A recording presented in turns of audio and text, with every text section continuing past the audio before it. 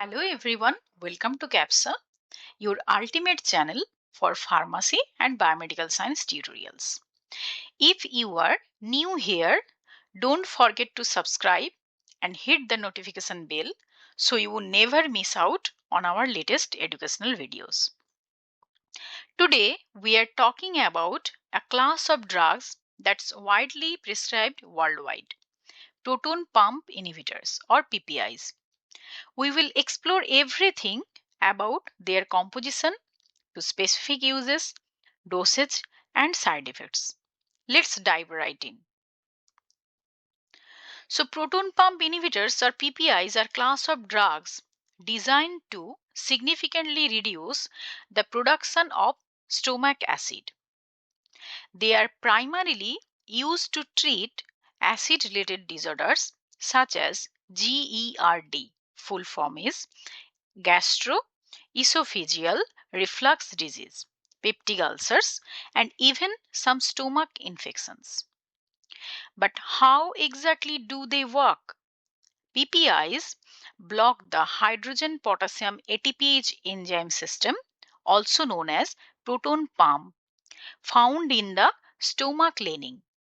By inhibiting this enzyme or pump, PPIs effectively lower the production of gastric acid, providing relief from conditions like heartburn and allowing ulcers to heal.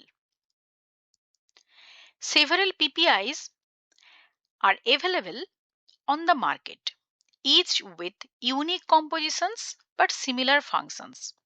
Let's look at some common PPIs, their brand names, and their specific compositions. These PPIs have different chemical compositions but work in the same way by inhibiting the proton pump.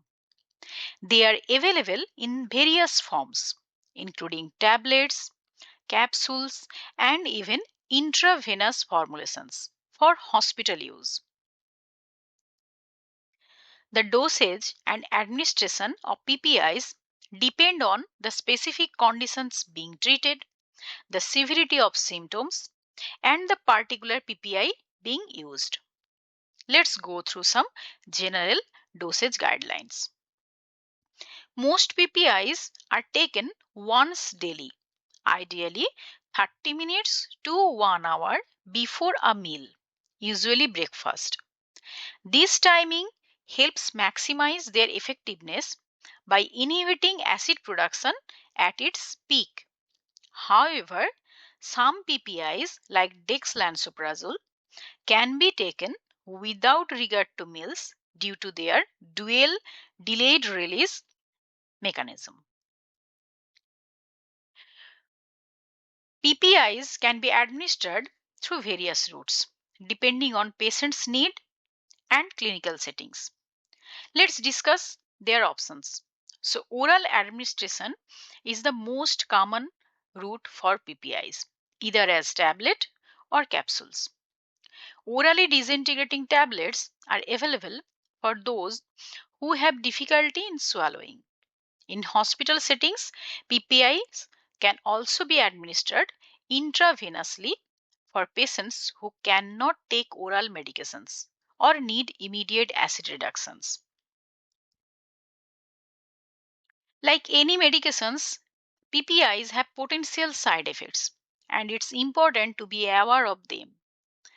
While they are generally well tolerated, long term use can lead to some serious concerns. Common side effects include headache, nausea, abdominal pain. Long term use, especially beyond 1 year, has been associated with more serious issues like vitamin B12 deficiency, bone fractures, kidney damage, and a higher risk of gastrointestinal infections. It's crucial to use PPIs only as directed by a healthcare professional and to regularly review their use with your doctor. Many women are concerned about the safety of medications during pregnancy.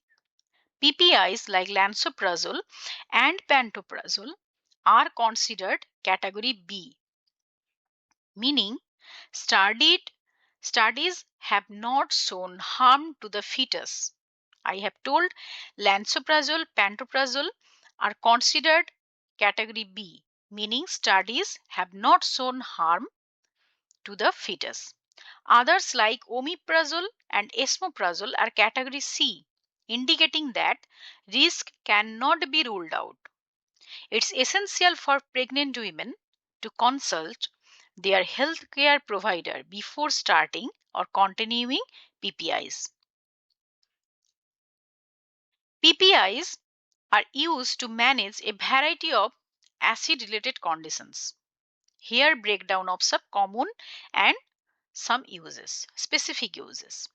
PPIs are first line treatments for GERD or gastroesophageal reflux disease and are effective in healing peptic ulcers. They are also critical in managing conditions like Zollinger-Ellison syndrome, which causes excessive acid production. For patients taking NSAIDs, long-term PPIs help prevent ulcer formation. Additionally, they are a key component in the treatment regimen for H. pylori infections or Helicobacter pylori infections used in combination with antibiotics. If you need more information about H. pylori infection, I have a video on this playlist. Okay, disease, disorder, and syndrome. So that's a wrap up our comprehensive guide on proton pump inhibitors. Remember, while PPIs are powerful medications that can be effectively manage acid related disorders, they should be used with caution, particularly for long term treatment. Always consult with your healthcare provider before starting or stopping any medications. If you found this video informative, please give it a thumbs up, share it with your friends, and subscribe to Capsa for more pharmacy and biomedical science tutorials. Got questions? Obviously, drop them in the comments below, and I will be happy to answer. Thanks for watching.